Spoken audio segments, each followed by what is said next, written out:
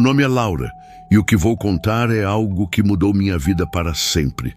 Tudo começou no aniversário de 8 anos da minha filha, Ana. Ela sempre amou bonecas, então decidi dar a ela uma especial. Encontrei uma boneca em uma loja de antiguidades. Era linda e assustadoramente realista. Olhos azuis que pareciam acompanhar seus movimentos, cabelos macios e um sorriso congelado. O vendedor era um homem estranho. Ele hesitou antes de me vender a boneca e me avisou. Essa boneca trouxe tristeza para quem a teve. Pense bem antes de levá-la. Dei risada, achando que era apenas uma tática para valorizar o item.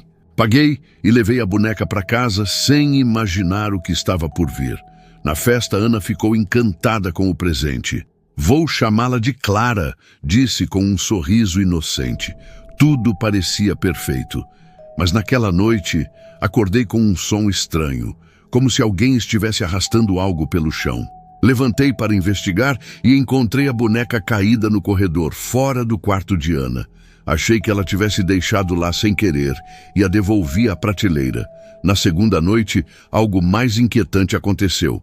Ana veio até mim chorando, dizendo que Clara havia falado com ela. Mamãe, ela sussurrou no meu ouvido, disse que queria brincar comigo, mas a voz dela era feia. Tentando não assustá-la, expliquei que era apenas um sonho. As coisas pioraram rapidamente. Ana começou a ter pesadelos constantes, acordando sempre aos gritos, dizendo que Clara estava se movendo sozinha. Uma vez, encontrei a boneca sentada, na cama dela, com os olhos fixos na porta. Jurei que a tinha deixado na prateleira antes de dormir. A energia na casa ficou diferente. As luzes começaram a piscar, objetos caíam sem explicação, e eu sentia um frio intenso quando passava pelo quarto de Ana. Uma noite, enquanto lavava a louça, ouvi risadas infantis vindas do corredor. Corri para lá, mas não havia ninguém. Porém, Clara estava sentada no chão, olhando diretamente para mim. O momento mais aterrorizante aconteceu numa madrugada. Acordei com o som de algo sendo arrastado e ouvi a risada de Ana. Quando entrei no quarto, vi algo que nunca esquecerei. Ana estava sentada no chão, penteando os cabelos de Clara, mas seus olhos estavam vidrados, como se estivesse em transe. Ela sussurrava. Clara disse que vai morar aqui para sempre. Decidi me livrar da boneca. Peguei Clara e a joguei no lixo fora de casa. Mas quando voltei, meu coração quase parou. Clara estava de volta na prateleira, com o mesmo sorriso sinistro no rosto. Desesperada, procurei uma amiga que sabia sobre coisas sobrenaturais. Ela disse que a boneca estava possuída e que precisávamos realizar um ritual. Fomos a uma igreja e pedimos ajuda ao padre local. Ele realizou orações e nos instruiu a queimar a boneca em um terreno abençoado. Quando Clara começou a queimar, um som horrível ecoou, como se algo estivesse gritando. De repente, um vento gelado passou por nós e o fogo apagou sozinho por um momento antes de consumir a boneca completamente. Depois disso, a casa ficou tranquila novamente, mas Ana nunca mais quis saber de bonecas. E eu nunca mais entrei em uma loja de antiguidades.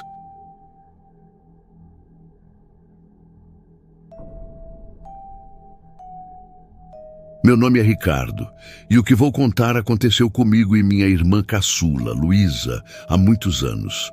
Nossa família não tinha muito dinheiro, e quando Luísa completou 6 anos, meu pai apareceu com um presente especial, um urso de pelúcia enorme, encontrado em uma venda de garagem.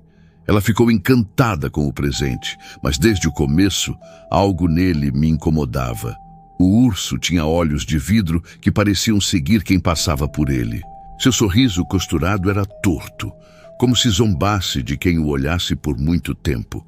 Mas o que realmente me assustava era a sensação de que ele carregava uma presença, algo que não deveria estar ali. Na primeira noite, enquanto Luísa dormia abraçada ao urso, ouvi barulhos vindos do quarto dela. Sons baixos, como se algo arranhasse o chão. Abri a porta e encontrei o urso sentado de pé no chão, com a cabeça inclinada para o lado, olhando para a cama. Perguntei à minha irmã se ela o havia colocado ali, mas ela negou. Os dias seguintes foram cada vez mais estranhos.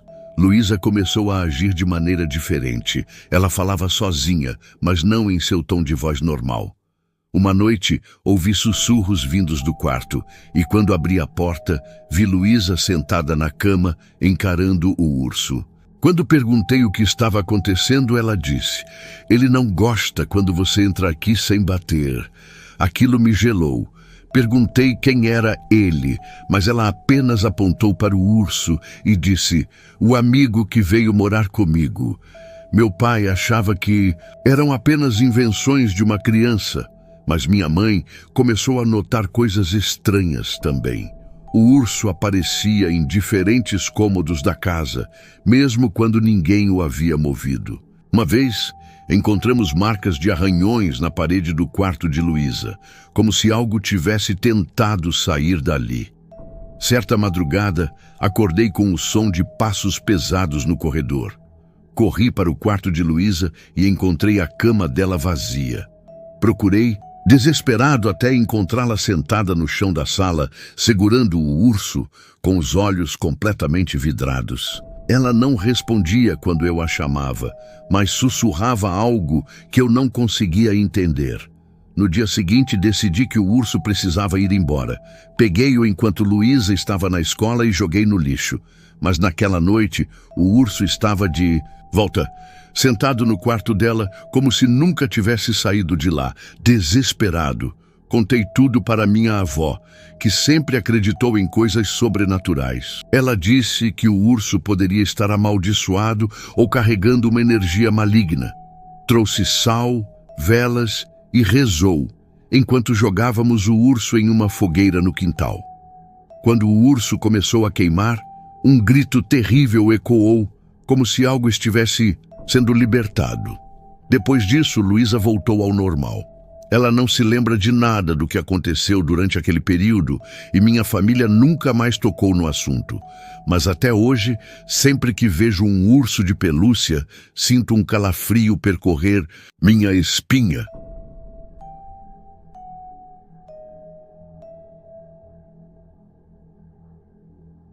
Meu nome é Renata e até hoje me arrependo de ter trazido aquele urso para casa. Tudo começou quando visitei uma feira de antiguidades em uma pequena cidade. Lá, em uma barraca esquecida no canto, vi o urso. Ele era grande, com um tom desbotado de marrom, olhos de vidro que pareciam vivos e uma costura no sorriso que me deixou desconfortável. O vendedor, um homem idoso com uma expressão abatida, olhou para mim e disse: "Se levar esse urso, não volte para reclamar depois." Na hora, achei que fosse uma piada ou alguma superstição local, mas o preço era tão baixo que comprei. Ele parecia perfeito para decorar o quarto do meu filho Lucas, que sempre adorou bichos de pelúcia. Naquela noite, enquanto Lucas dormia, ouvi um barulho no quarto dele. Era um som rítmico, como se algo estivesse batendo no chão. Fui verificar e, ao entrar, vi o urso sentado na cadeira de balanço, olhando diretamente para a cama. Achei que Lucas tivesse colocado o brinquedo ali e o coloquei de volta na prateleira. Os dias seguintes foram assustadores. O urso aparecia em lugares diferentes da casa. Às vezes, estava na sala. Outras vezes no corredor, sempre em posições que pareciam calculadas. Lucas começou a reclamar que ouvia sussurros à noite, vozes que vinham do urso. Uma vez ele me disse: "Mamãe, ele quer brincar comigo, mas eu tenho medo." Na terceira noite, acordei com o som da porta do quarto de Lucas batendo. Corri para lá e o encontrei em pé, segurando o urso, com os olhos fechados, como se estivesse dormindo. Quando tentei tirá-lo de suas mãos, ele acordou gritando: "Não toque nele! Ele vai ficar bravo." No dia seguinte, decidi me livrar do urso. Peguei-o e o joguei no lixo fora de casa. Lucas chorou, mas sabia que algo estava errado com aquele brinquedo. Porém, naquela mesma noite, ouvi passos pesados no corredor. Quando Saí do meu quarto, quase caí de medo. O urso estava sentado no meio do corredor, olhando diretamente para mim, com os olhos brilhando à luz fraca. Desesperada, procurei uma vizinha que sempre falava sobre coisas sobrenaturais.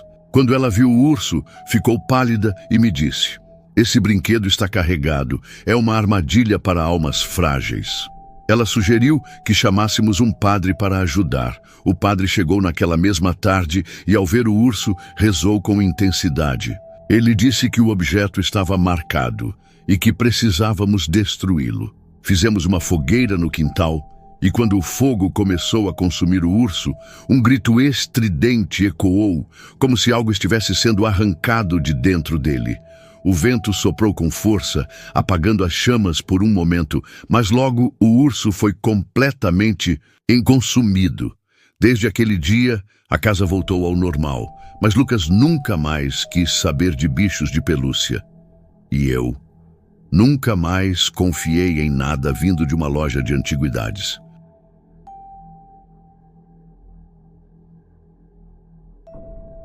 Olá, meu nome é Daniela, e o que vou contar aconteceu há alguns anos, quando eu ainda morava com minha filha, Júlia, em uma pequena cidade do interior. Júlia tinha 8 anos na época e adorava brincar com bonecas e bichos de pelúcia.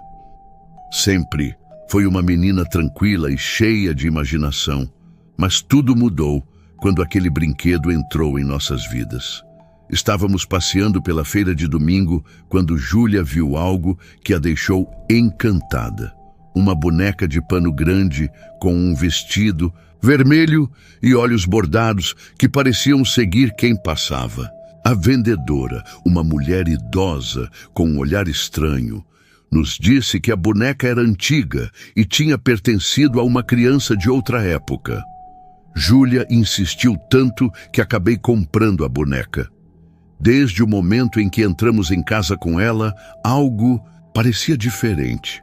O ar ficou mais pesado, como se uma presença invisível nos observasse. Júlia colocou a boneca no quarto dela e passou o resto do dia brincando, mas eu não conseguia tirar a sensação de incômodo. Naquela noite, por volta das 3 da madrugada, acordei com o som de passos no corredor. Achei que era Júlia indo ao banheiro. Mas ao verificar, encontrei o corredor vazio. Quando abri a porta do quarto dela, vi algo que me gelou. A boneca estava sentada no chão, em frente à cama de Júlia, com a cabeça inclinada para o lado, como se estivesse observando-a dormir. Perguntei a Júlia no dia seguinte se ela havia movido a boneca, mas ela jurou que a tinha deixado na prateleira antes de dormir. Tentei ignorar o ocorrido, pensando que talvez eu estivesse exagerando, mas as coisas começaram a piorar. A boneca aparecia em lugares diferentes da casa, mesmo quando ninguém a tocava. Um dia, enquanto lavava a louça, ouvi uma risada baixa e infantil vindo do quarto de Júlia. Corri para lá e a encontrei brincando normalmente, mas quando perguntei se ela havia rido, ela disse: "Não fui eu, mamãe. Foi a minha amiga nova." Noites depois, acordei com Júlia chorando.